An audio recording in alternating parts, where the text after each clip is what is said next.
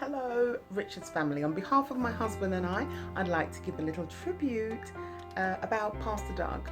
We've waited 2 weeks because all the other tributes were quite sad, and we used to have a lovely time with Pastor Doug, so we wanted to give our tribute that's more personal.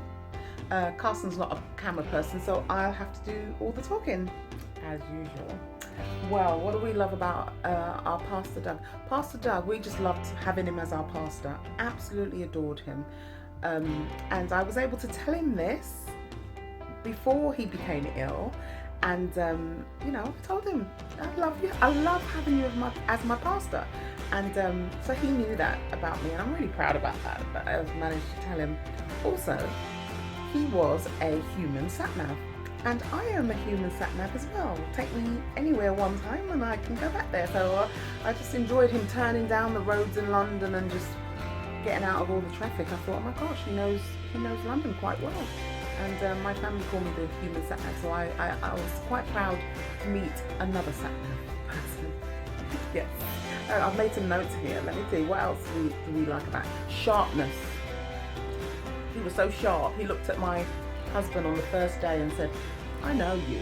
We'd met him 10 years ago, and he remembered him, but he said, but you had hair, which he did at the time. Also, so unassuming, and he didn't need to be near the front. And on the first week we came to church, we had to search for him because we thought Clive was the pastor, and no, he directed us back to Pastor Doug. I was like, thank you Clive, but I just want to go meet the pastor. So we went off to meet the pastor, and as they say, the rest is history. A great confidant. We love that about him. Just a wonderful person who can just listen to all your problems and give you the wonderful advice. For me personally, he was my banter partner. We'd go through the same banter year after year. Okay, we're coming up to 8 or 9 years. We're 8.5 years now at Concha. And I'd say for the 7 of that, we went through the same role play every single week. He'd be greeting everyone nicely. He'd see me come in and he'd just stop. I was like, here goes. He's like, here comes trouble. And I'm like, here comes trouble. And I do exactly the same thing every single week. It was ridiculous that we did the same role play. I would turn around and turn back and say, I can't see trouble. And then he'd laugh, and it'd just be funny. Also, my earrings. He couldn't let me go through a week without talking about my earrings. He would banter so much about my earrings. It was as if I was Pat Butcher of EastEnders or something. He's like, your earrings, you killed your budgie again. He always said that. And I've got another one here. I held this up to my husband 2 days ago, and I go, first thing that comes to your mind. And he said, Pastor Doug. And I said, he called these ones my drill bit. He goes, you've been in your toolkit again? You got your drill bit, son? And I'd be like, I got my drill, and I'd have to feel to see what earrings I had. And I'm like, oh my gosh, it just went on and on and on. I've been missing that actually over the last year, not having my banter partner there. And he was very naughty as well, and but people didn't understand our relationship. At times, Carson was like, that was a little bit rude. That Pastor said, I was like, he wasn't rude. It's just that we had this banter thing going, and I used to say to Pastor, the Bible says I can't rebuke you publicly. You wait till I get you in private. And then afterwards, he was naughty. I would whisper something in his ear, and he would laugh, and I'd have to whisper it because everybody else didn't understand the banter that was going on. So I know that Julian, you've got it 100 times worse than Pastor ever had it, and I won't say I look forward to it, but I just know where you get it from. So I just loved all these things about him. Also, I'm actually in my bedroom, as you can see. There's Pointers Road there.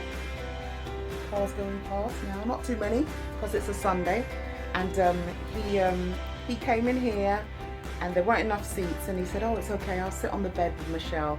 And that was so special to me, so special, because a lot of people are funny about sitting on other people's beds or having other people sit on their bed, but I just thought of him as my father figure.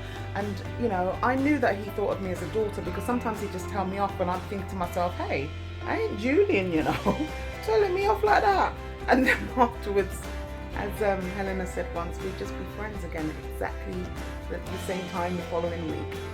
So that little story that happened on the last week we were at church, he had either a drip or his bag or whatever on his waist, and he was holding that, and then somebody put his cardigan over his other shoulder, and he got up and he hobbled over to me, and he gave me a pout. He was like, and I was like, oh, he wants a kiss.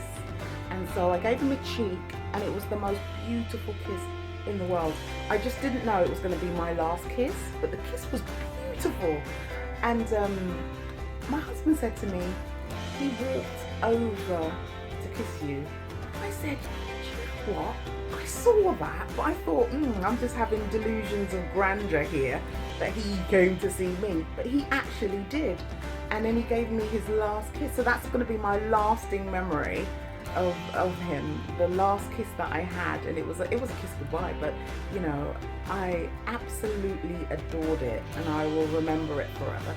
So these are the things that I loved about Pastor Doug, and I miss about Pastor Doug. And every time I put my earrings in now, I think of him. It doesn't matter what earrings I'm wearing. I'm like, what would Pastor Doug say about these? And so that's what I'll remember, and it was a great way to end our time together, just with a kiss. It was wonderful. So that's 7 minutes now, I'm into it, but you know, that's our little tribute. And just want to say, be proud. All your hurt will turn to just being really big-headed and proud soon. And you know, we're here for you. Okay, then take care now, and goodbye.